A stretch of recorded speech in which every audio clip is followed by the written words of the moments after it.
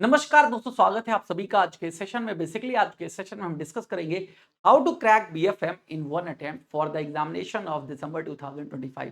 अगर दिसंबर 2025 के लिए आप तैयारी कर रहे हैं बैंक फाइनेंशियल मैनेजमेंट की, ठीक है, तो अगेन कैसे इसको आप एक अटेम्प्ट में क्लियर कर सकते हैं, क्या वो स्ट्रेटेजीज होनी चाहिए जिनको आपको फॉलो करना है। बिकॉज आप लोग बैंकर्स हैं, सुबह से शाम तक जॉब करते हैं, जॉब के बाद आपको एक स्टडी टाइम निकालना होता है अपने एग्जामिनेशन की तैयारी के लिए, और वो निकालना बहुत जरूरी है।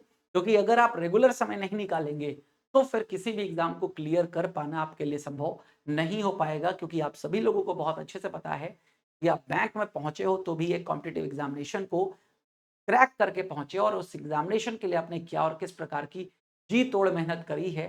बस वैसे ही जी तोड़ मेहनत थोड़ा सा और कर लीजिएगा, जिससे आपको वहां बेनिफिट मिला कि जॉब मिली, और यहाँ एग्जाम क्लियर करने के बाद बेनिफिट मिलेगा कि जो पैसा आपको मिल रहा है वो थोड़ा सा बढ़ जाएगा। ठीक है, सीए आईआईबी क्लियर करने के बाद आपको 2 इंक्रीमेंट और एक्स्ट्रा मिल जाता है, तो आपकी सैलरी में कुछ इजाफा हो जाएगा। और पैसे की ज़रूरत तो आप जानते हो कि कभी कम नहीं होती है, व्यक्ति को जितना ज़्यादा आ जाए उतना ही अच्छी बात है। तो बस प्रयास करते रहिए, चीज़ें आगे बढ़ाते रहिए। हम समझते हैं how to crack BFM in one attempt for the December 2025। तो सबसे पहले पेपर पैटर्न को समझते हैं। क्या है हमारा पेपर पैटर्न? तो बेसिकली हमारे पास 100 क्वेश्चंस होते हैं, जिसके लिए 100 नंबर डिसाइडेड है, यानी कि एक क्वेश्चन 1 नंबर का होता है। और याद रखिएगा 50% क्वालिफाइंग होता है, यानी कि अगर आप 50% मार्क्स ले आए तो आपका ये पेपर क्वालिफाई हो जाएगा। फिर दोबारा आपको इस पेपर को देने की आवश्यकता नहीं होगी, ये आपका क्वालिफाई हो जाएगा। ड्यूरेशन जो है वो 2 घंटे का होता है। आपको इस 100 क्वेश्चंस को अटेम्प्ट करने के लिए 2 घंटे का समय मिलेगा। और निगेटिव मार्किंग, अभी तक कोई निगेटिव मार्किंग नहीं है, तो हम ये मान के चलते हैं दिसंबर 2025 के लिए भी अभी तक कोई नेगेटिव मार्किंग का अनाउंसमेंट नहीं हुआ है। तो दिसंबर 2025 जैसे जून 2025 में नेगेटिव मार्किंग नहीं थी, यहां पर भी कोई नेगेटिव मार्किंग नहीं होगी। क्योंकि नेगेटिव मार्किंग से क्या होता है, अगर आप गलत प्रश्न कर देते हो, जैसा कि आप सिलेक्ट होकर के आए उस एग्जाम में नेगेटिव मार्किंग थी 1/4 की, यानी कि एक अगर गलत उत्तर आपने दिया तो सही के भी 0.25 आपके कट जाते हैं। बल्कि यहां पर ऐसा कुछ नहीं है, सारे क्वेश्चन आप अटेम्प्ट जरूर करिए, 50+ आपको चाहिए होता है। केस स्टडीज, इस बार न्यूमेरिकल्स और केस स्टडीज ने बहुत ज्यादा परेशान किया था। तो many questions are case based, specially in module D. Module D में क्या है, बेसिकली बैलेंस शीट मैनेजमेंट है। तो बैलेंस शीट मैनेजमेंट का जो मॉड्यूल डी है उसमें केस स्टडीज बहुत सारी पूछी गई थी। और इस बार जून 2025 का जो पेपर हुआ है ना, उसने एकदम से कई लोगों की आंखें खोल दी हैं।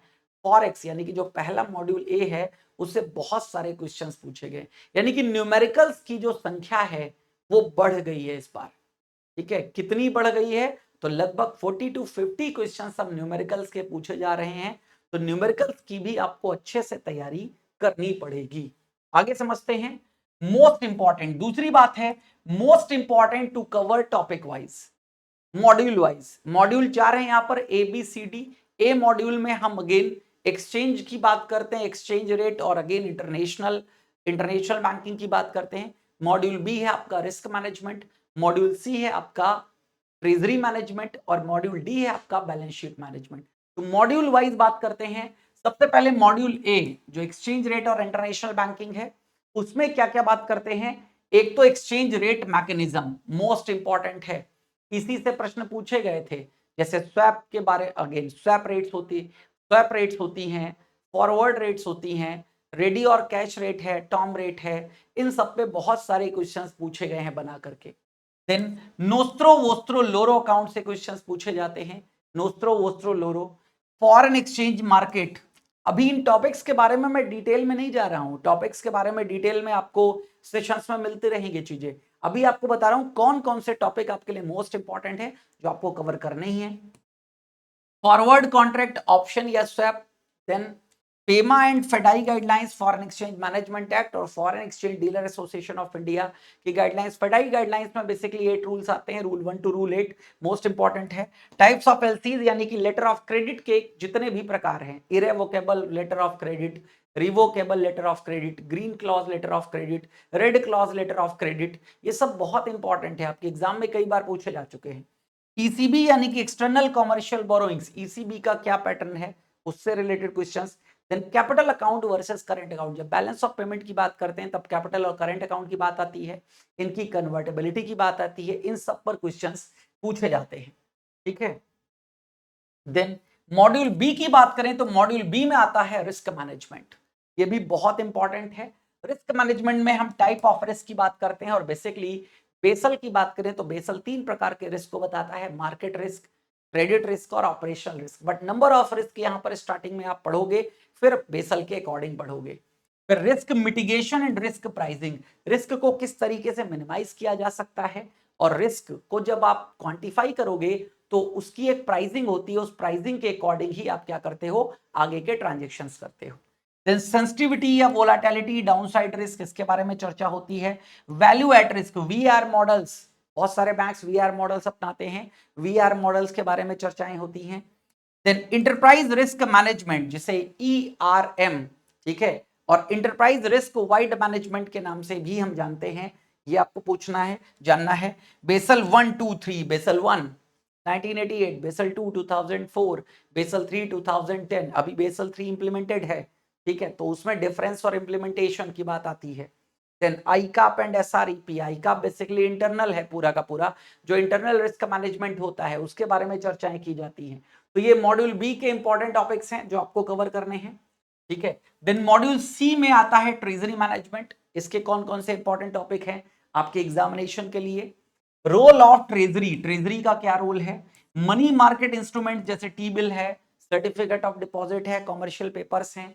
Then SLR, CRR, statutory liquidity ratio, CRR cash reserve ratio. Then yield curve, ठीक है, यील्ड टू मैच्योरिटी, वाईटीएम के बारे में बात होती है, बॉन्ड यील्ड या यील्ड कर्व, इन सब की बात होती है। ड्यूरेशन या कॉन्वेक्सिटी, ड्यूरेशन जिसमें हम मैकॉले ड्यूरेशन, मॉडिफाइड ड्यूरेशन, इनकी बात करते हैं। रेपो, रिवर्स रेपो, ठीक है, CBLO, collateralized borrowing and lending obligations, इसकी बात करते हैं।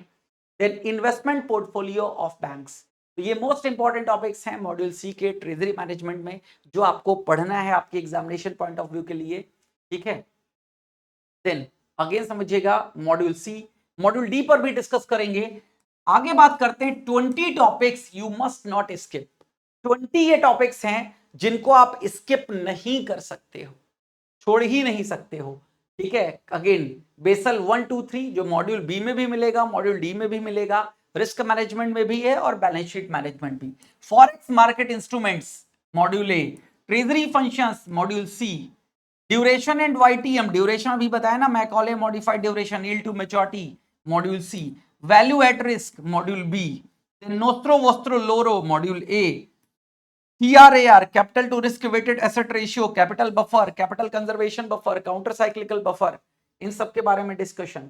Then risk return capital link module D में आता है, FEMA provision, foreign exchange management act provisions, then forward contract and swap module A के अंतर्गत आता है, operational risk measurement module B, then liquidity risk NSFR, ठीक है, CR मॉड्यूल डी के अंतर्गत आता है, ALM asset liability management gap analysis module D के अंतर्गत आता है, आईकाप और एसआरईपी मॉड्यूल बी के अंतर्गत आता है। ये 20 टॉपिक्स हैं मोस्ट इंपॉर्टेंट।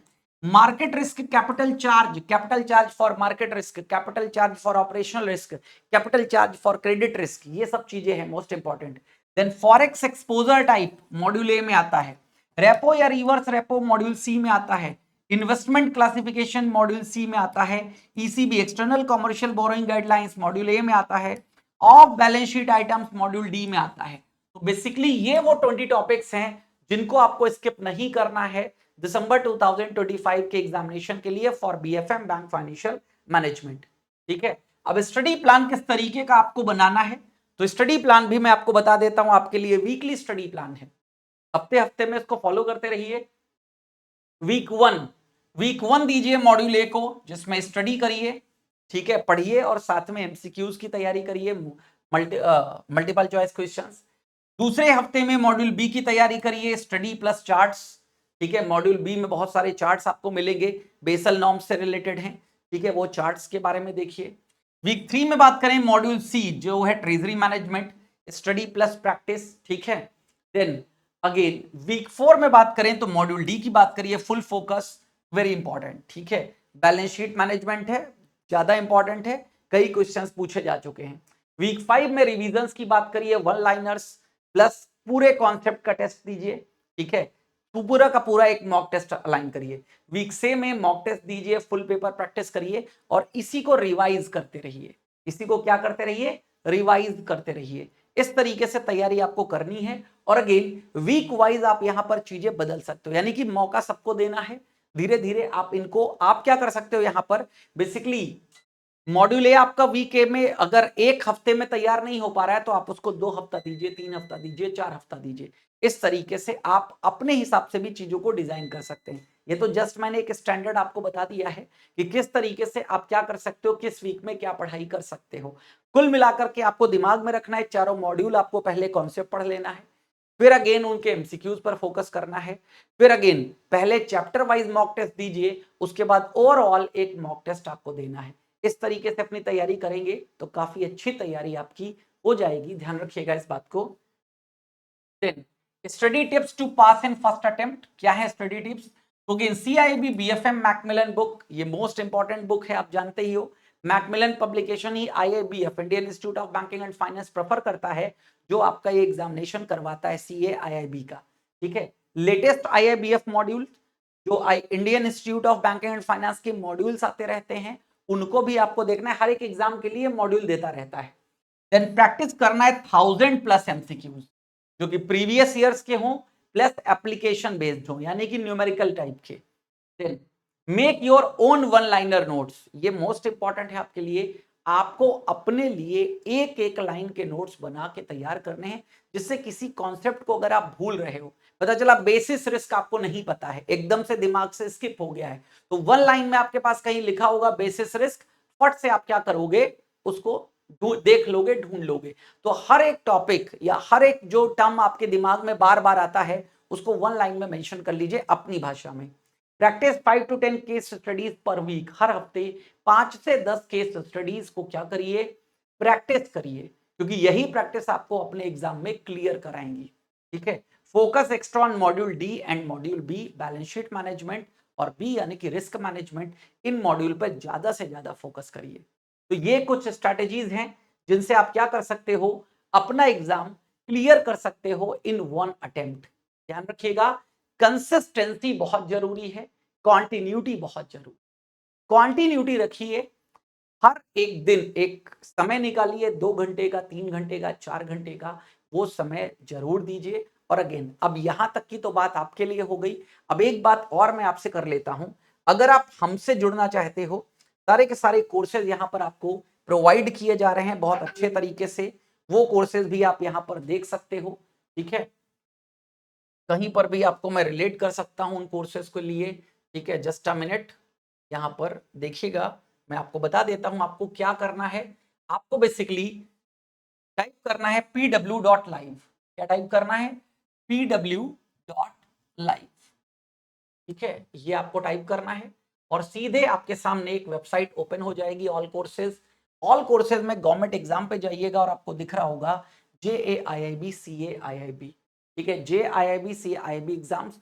अब ये आपको लाइन से कोर्सेज यहाँ पर मिल जाएंगे, JIIB महापैक, CIIB महापैक, क्योंकि BFM की बात कर रहा था तो CAIIB महापैक ले सकते हैं, या again JIIB CIIB महापैक 1 year subscription.